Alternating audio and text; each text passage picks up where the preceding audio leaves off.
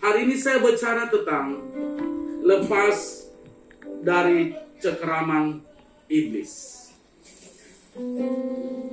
Saya akan baca Yakobus 4 ayat 7. Karena itu tunduklah kepada Allah dan lawanlah iblis, maka ia akan lari daripadamu. Yakobus 4 ayat 7. Karena itu tunduklah kepada Allah dan lawanlah iblis, maka ia lari daripadamu. Ada satu kata yang luar biasa yang perlu kita pelajari pada malam hari ini, yaitu kita harus menundukkan diri kepada Allah. Dan kita juga harus memberikan perlawanan kepada iblis. Karena dunia sedang dalam cengkraman kuasa kegelapan. Dunia sedang diganggu oleh setan. Dunia sedang dihancurkan oleh penguasa-penguasa gelap. Bahkan dunia ini juga tanpa terkecuali anak-anak muda, orang tua sedang diganggu, bahkan sedang dicekram oleh kuasa kegelapan. Dicekram ini kalau saya berikan upama, yaitu dicekram seseorang sudah berada di dalam ini. Jadi dia tidak bisa bergerak. Itu namanya cekraman. Kalau kita perhatikan burung elang, kalau dia menerkam contohnya ayam, anak ayam, dia cekram itu sampai tidak lepas. Nah, begitu juga orang yang berada di dalam cengkraman iblis. Nah, bagaimana caranya supaya orang itu terlepas dari cengkraman iblis? Nah, yang pertama adalah dia harus mengerti, harus menyadari jembatan bagi iblis. Untuk bisa memahami supaya bisa lepas dari cengkraman iblis, harus dia tahu apa sih jembatan iblis bisa mencengkram seseorang. Kalau dulu sebelum percaya Yesus, jatuh dosa apa? Itu salah satunya adalah mungkin dulu dia jatuh di dalam dosa yang pertama sekali dia melakukan dosa. Banyak anak-anak muda contohnya mabok-mabokan. Pas pertama sekali dia hidup di dalam dosa. Itulah namanya cengkraman iblis. Untuk bisa lepas dari itu harus dia tahu dulu jembatan itu. Untuk masuk di dalam dirinya.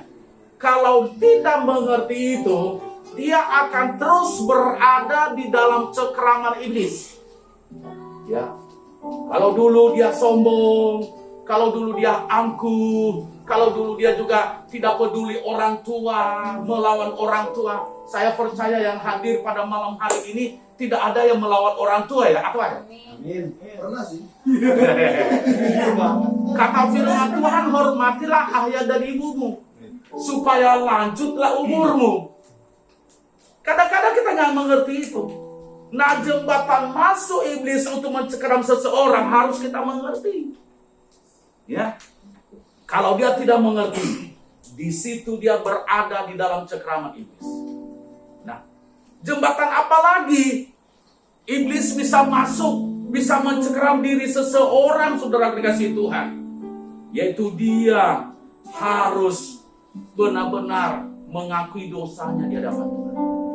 Supaya iblis tidak mencengkram dia, dia harus bisa mengakui apa dosa itu dan diakui di hadapan Tuhan. Nggak boleh kita ngomong sama Tuhan, Tuhan ini dosa saya, Tuhan ini dosa saya. Tuhan juga berkata, loh, dosamu apa? Nggak pernah kamu akui satu persatu kepada saya.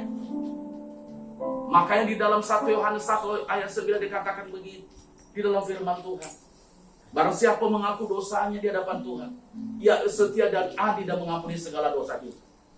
Jadi kita harus akui sehingga kita bisa lepas dari segala cengkraman iblis. Yang kedua yang perlu saya sampaikan kepada kita, bagaimana caranya supaya lepas dari cengkraman iblis? Seseorang harus memiliki sikap. Maka ini dikatakan di sini tadi, dan lawanlah iblis, maka ia lari daripadamu. Ya, kalau seseorang tidak memiliki sikap, apa yang akan jadinya? Dia berada di dalam cengkraman iblis. Hari ini memiliki sikap gak? Sehingga bisa beribadah hari ini. Itu sikap. Saya mau beribadah apapun penghalangnya, apapun tangkap tangannya, saya mau beribadah. Saya tidak boleh dihambat oleh siapapun. Saya tidak boleh diganggu oleh keadaan di sekitar saya. Walaupun jalan macet, walaupun apapun tantangan yang saya hadapi, saya memiliki sikap. Saya harus beribadah, saya harus berdoa, saya harus memuji Tuhan, saya harus menyembah Tuhan. Itu sikap. Tapi banyak orang percaya kepada Tuhan tidak memiliki sikap akhir-akhir ini. Ya, sikapnya apa? Dia apa ikut arus? Nanti kalau kita nggak ikut arus loh, nanti dianggap kita nggak gaul ya, gitu kan? Nanti kalau kita nggak apa loh, nanti kamu ya anak kemarin ya nggak gaul banget ya. Bukan anak milenial katanya. Kalau nggak mabuk bukan alam milenial katanya gitu kan. Kalau nggak ngerokok namanya itu bukan anak milenial katanya. Itu anak anak jadul katanya. Ya. Kalau nggak punya pacar 10 katanya bukan anak milenial. Ya. Harus memiliki sikap. Ya. Supaya bisa lepas dari cengkraman iblis. Kenapa kita harus memiliki sikap? Berarti seseorang kalau orang memiliki sikap, dia tidak kompromi. Ya, dia tidak mau kompromi dosa apapun. Dia tidak kompromi kepada setan. Mau buka usaha, dia tidak kompromi. Kan sekarang kan kalau mau kaya, mau pergi ke mana? Ayo. Ke kuburan keramat, itu namanya kompromi. Kemana lagi? Kemana lagi? Hah? Jaga lilin. Ya, pergi ke pohon-pohon keramat, ke gunung-gunung keramat, pasti jalan keramat. Ke gunung-gunung keramat pergi. Itu bahaya kita. Makanya jangan sampai kompromi dalam hal ini. Kalau kita mau lepas dari cengkraman iblis, ya, biarpun contohnya tidak punya apa-apa, tetapi hidup bahagia di dalam Tuhan. Amin. Biarpun contohnya pacarnya hanya pas-pasan, pas dilihat, pas apa lagi? Paslah pas-pasan. Tidak masalah, tetapi bahagia. Daripada cantik, makan hati, sudah itu bikin rugi lagi. Ya kan? Ya kan? Cantik, makan hati, bikin rugi setiap saat. Kenapa? Yang dia terus terjaga bagaimana alis matanya, supaya alis matanya 5 meter. Ya dia pakai apa di sini? Apa di sini nih? Blush on di sini. Ya, tapi puji Tuhan sekarang enggak apa ya? Enggak perlu lagi ya sekarang ya? Ya enggak perlu lagi. Apa namanya? Lipstick enggak perlu lagi sekarang ya. Kenapa? Saya buka aja masker. Kenapa? Loh, nanti yang kena masker. Iya, betul. Ya. Makanya sekarang, ya itulah yang perlu kita kerjakan bersama. Jadi, apapun di dalam diri kita, kita tidak perlu kompromi. Baik dalam untuk bisa naik jabatan, jangan pernah kompromi di kantor masing-masing. Amin.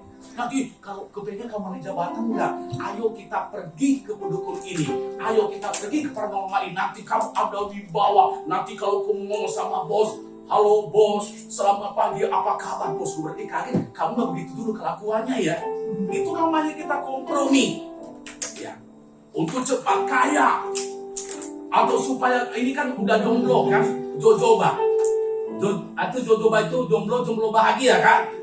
Nah, contohnya belum, nanti pergi pakai apa semua susuk, supaya nanti kalau dia ngomong seperti bidadari kedengarannya, tapi palsu. Itu namanya kompromi. Buat apa punya pacar pakai kuasa kegelapan?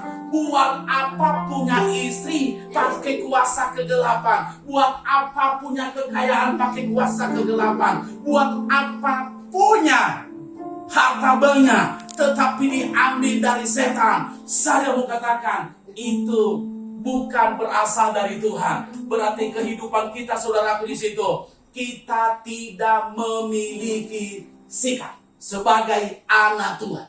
Amin. Kita harus memiliki sikap sebagai anak Tuhan. Amin. Jadi miliki sikap hari ini. Mungkin juga nanti ke depan kita harus memiliki sikap. Apapun yang terjadi, saya ada di dalam Yesus. Sekali Yesus tetap Yesus. Amin. Amin. Jangan nanti kalau dia datang ganteng, dia bawa Mercy atau rental. Banyak sekarang kan laki-laki kan begitu kan, dia datang gagah lagi begitu, pakai apa perutnya six-pack begitu kan, ya pakai sepatu, tahu-tahu sepatunya beli di mana? Hah? Apa di mana? PGC. Hah? PGC. Kata saya